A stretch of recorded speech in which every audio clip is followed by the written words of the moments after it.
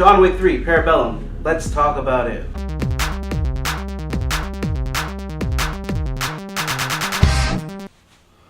What's up, FellowPhantoms? How you doing?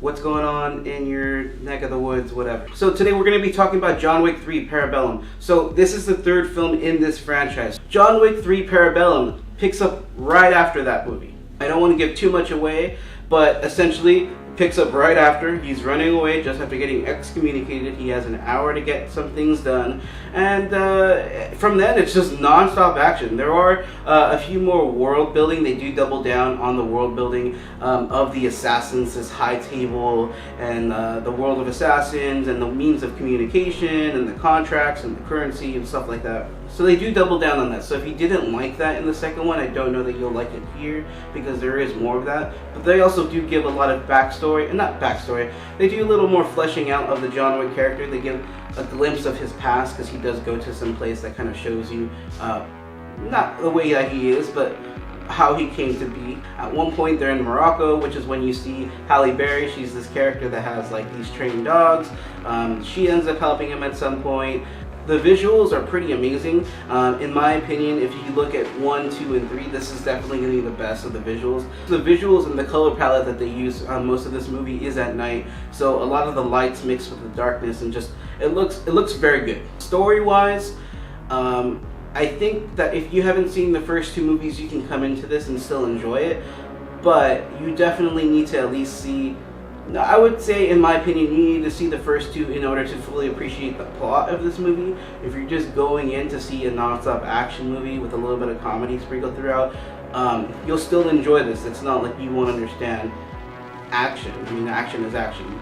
But in order to understand the references and the story plot of what is going on and why it's happening, you need to see the first 2 movies, which are enjoyable movies. So it's not like you need to go see something that sucks in order to see this. You'll have fun doing that. But yeah, this movie is essentially picks up right after 2, and it leads up to the end. And I don't want to give too much away, but it looks like they're setting up a 4th one, which is surprising because Keanu Reeves has come out and said he doesn't want to do movies that are like endless sequels, because then you lose the importance of the other movies. But I mean, if you're having this kind of success and people are going to watch it and enjoying it, I mean, why not? And then there's there's Halle Berry. Lawrence Fishburne is back as the like king of the hobo street people. Winston is back as the hotel manager. And then there's just various people that are after him that make slight cameos, which is pretty cool. There's this like main assassin and his like school of student assassins that are kind of hired by the table in order to go after him and go after those who betrayed the table. He's the leader. I think it's the guy from Iron Chef, it looks like. He was really cool. He's funny. He's really cool with the swords that he uses. I will say that the first 30 minutes are definitely really cool, because you see it right pick off. You see like the order, the hierarchy in which somebody's excommunicated, and the process in which you get there. There's actually a cameo by a player that plays on, I believe, the 76ers. I don't remember what team he plays for. Bojan Maradovic, something like that. Super tall. He has a fight with him. That's pretty cool. But essentially, the first 30 minutes are very cool. Then he ends up in the place that kind of where he grew up almost, and that's really cool. I really like that aesthetic. It gives it like a very certain feeling to it, like it's a Russian like orphanage kind of thing. That's really cool. It gives you a good backstory, even though it doesn't explain too much in detail, but it does give you a feeling of where he came from. Then he ends up in Morocco with Halle Berry, and then after that it's kind of slower. He ends up in the desert. There's like passes out. There's an elder that's above the high tide. That part kind of loses me. I'm all for world building, but that seemed very like boring in my opinion. The violence and the action, it's unparalleled, really.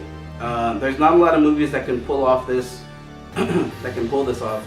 That's expected, not just from Keanu Reeves, but the directors of the first 2 were also the stunt coordinators for The Matrix, and the director of the 3rd one and the 1st one was actually not only the stunt coordinator for The Matrix, but he was also Keanu Reeves' body double. So these people have a very good background in action and in good action. So they know what they're doing, and that's what they focus on. Some of those fight scenes, they're long, or they feel long, and they're definitely intense. Oh yeah, and I forgot to mention, there's also this like tall lady, and she's like younger, but she's like the adjudicator, which is like an auditor, but for the high table. And she's coming in, and it's called an adjudicator. She's basically like a mobile judge. She carries out the high table's wishes, and she's just like, oh, well, you did this to the high table, so you get, you know, this and this. And, well, you did this, and you got to do this and this. And she's very matter of fact in her acting.